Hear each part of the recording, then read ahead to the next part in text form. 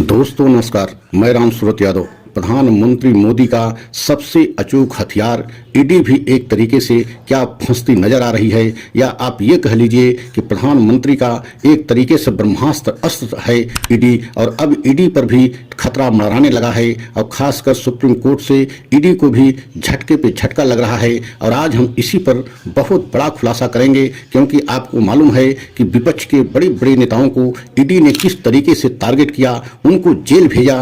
आम आदमी पार्टी को तो एक तरीके से पूरी तरीके से समाप्त ही कर दिया कि आम आदमी पार्टी का कोई टॉप का लीडर इस समय बचा ही नहीं था। मतलब अरविंद केजरीवाल जैसे मुख्यमंत्री तक को जो है ईडी ने नहीं बख्शा और जेल भेज दिया। तो आज हम इसी पर खुलासा करेंगे कि क्या प्रधानमंत्री मोदी की सबसे अचूक हथियार ईडी पर भी अब खतरा मंडराने लगा है, या ईडी एक तरीके से सुप्रीम कोर्ट में फंसती नजर आ रही है। तो आज हम इसी पर खुलासा करेंगे। लेकिन आपसे निवेदन है, अनुरोध है कि अगर हमारे चैनल पर पहली बार हैं तो चैनल को लाइक सब्सक्राइब कर लें, वीडियो को अंत तक जरूर देखें, क्योंकि अंत तक नहीं देखेंगे तो पूरा सच आपके समझ में नहीं आएगा। तो सबसे पहले हम ईडी को विषय में बताना चाहते हैं कि आपने देखा भी है कि 10 वर्ष में ईडी का किस तरीके से इस्तेमाल किया गया, कि मतलब विपक्ष के बड़े से बड़े नेता को नहीं बख्शा गया, मतलब उनको जेल भेजा गया। लेकिन अब जिस तरीके से ईडी को लेकर के ईडी जिस तरीके से सुप्रीम कोर्ट में फंसती नजर आ रही है, उससे अब लग रहा है कि प्रधानमंत्री मोदी का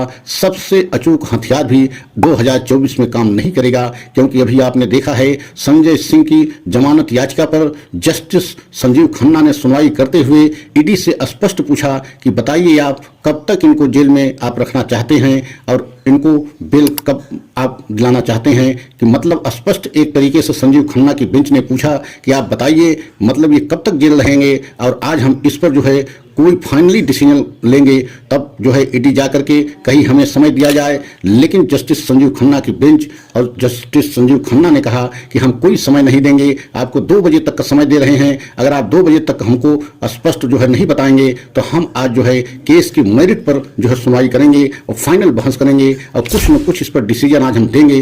तो एक तरीके से ईडी के हाथ पांव फूल गए। मतलब ईडी को लगा कि आज तो शराब घोटाले का केस ही समाप्त हो जाएगा, और यही कारण है कि ईडी ने किसी तरीके से संजय सिंह की जमानत की याचिका पर विरोध ही नहीं किया, और स्पष्ट जो है कोर्ट को बताया कि हमें इनकी जमानत पर कोई आपत्ति नहीं है, आप इनकी जमानत दे सकते हैं। तो आप समझ सकते हैं कि ईडी ने समझा कि कहीं ऐसा न हो कि मेरिट पर सुनवाई हो जाए और पूरी तरीके से शराब घोटाले का केस ही आज यहीं पर समाप्त हो जाएगा, तो ट्रायल पर जो है इसको चलने का कोई मतलब ही नहीं। इसका ट्रायल कैसे चलेगा, और जिन लोगों को हम इसमें आरोपी बना करके जेल भेजा है उसका क्या होगा। तो मतलब ईडी के एक तरीके से संजय सिंह की गिरफ्तारी पर एक तरीके से चुप्पी साधना और विरोध न करना एक तरीके से दर्शाता है कि ईडी पूरी तरीके से सुप्रीम कोर्ट में फंस गई, और यही कारण है कि किसी तरीके से जो है विरोध दर्ज नहीं कराया और संजय सिंह की गिरफ्तारी को लेकर के और जो है आगे तक जेल में रहने की बात भी नहीं कही। तो आप समझ सकते हैं कि इस समय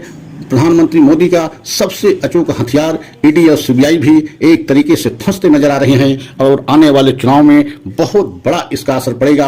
क्योंकि ये संदेश पूरे देश में गया है कि विपक्ष के नेताओं को किस तरीके से ईडी ने 10 वर्ष में टारगेट किया और विपक्ष के बड़े बड़े नेताओं को जेल भेजा गया।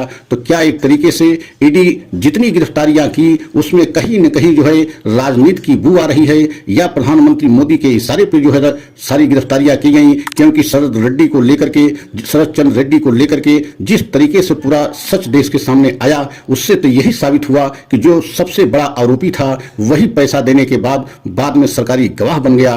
तो मतलब इसमें अब ईडी के लिए आने वाले समय में बहुत बड़ी मुसीबत बढ़ती जा रही है। और आप सभी देशवासियों को ये बताना चाहते हैं कि 2024 में प्रधानमंत्री मोदी की मुश्किल बढ़ती जा रही है। अगर हमारा यह वीडियो अच्छा लगा हो तो लाइक सब्सक्राइब करें, कमेंट के द्वारा अपनी हमें राय अवश्य दें। अगले वीडियो का इंतजार करें, अगला वीडियो हम पुनः लेकर के आएंगे। जय हिंद, जय भारत।